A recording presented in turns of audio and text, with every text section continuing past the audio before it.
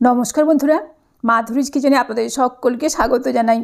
आज तैरी करब मुचमुचे डिमेर पकोड़ा, जेटा सन्ध्येबेला स्नैक्स हिसेबे खेते दारुण लागबे।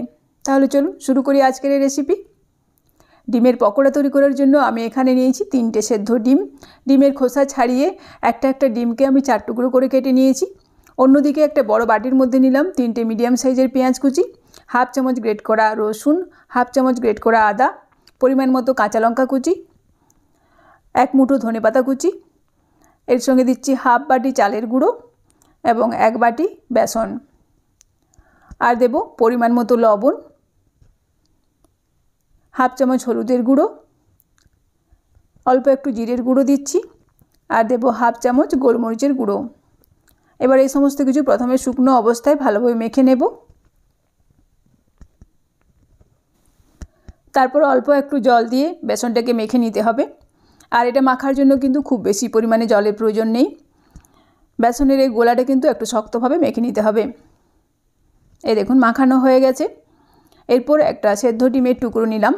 তারপর আমি এই ডিমের চারদিকে এভাবে বেসনের গোলাটাকে লাগিয়ে নিচ্ছি। তারপর একটা ওভাল শেপ দিয়ে নেব। এই দেখুন একটা আমার তৈরি হয়ে গেছে। এবার এটা গরম তেলের মধ্যে ছেড়ে দেব। এইভাবে আরও কয়েকটা ডিমের পকোড়া আমি গরম তেলে ছেড়ে দিচ্ছি। আর তেলটাকে আগে থেকে ভালোভাবে গরম করে তারপর গ্যাসের আঁচটাকে মিডিয়ামে করে দিয়েছি। পকোড়াগুলো একটা দিক ভাজা হয়ে গেলে উল্টে দিচ্ছি। মিডিয়াম আঁচে এভাবে উল্টে পাল্টে পকোড়াগুলোকে লাল লাল করে ভেজে নেব।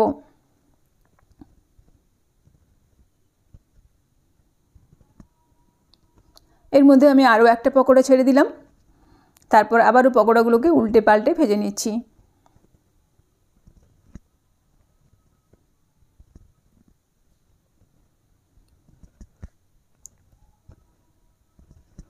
এই দেখুন পকোড়াগুলো কিন্তু লাল লাল করে ভাজা হয়ে গেছে। এরপর যে পকোড়াগুলো লাল লাল করে ভাজা হয়ে গেছে সেগুলোকে আমি তেল থেকে ছেঁকে একটা পাত্রে তুলে রাখবো।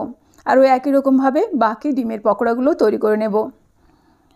এই ডিমের পকোড়াগুলো সন্ধ্যেবেলার স্ন্যাক্স হিসেবে খেতে কিন্তু দারুণ লাগবে। আমি টমেটো সস এবং পেঁয়াজের সঙ্গে ডিমের পকোড়া সার্ভ করে দেখিয়ে দিচ্ছি।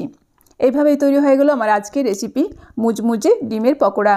ভিডিওটি ভালো লাগলে অবশ্যই একটা লাইক করবেন, বন্ধুদের মধ্যে শেয়ার করবেন এবং কমেন্ট করে জানাবেন। ধন্যবাদ।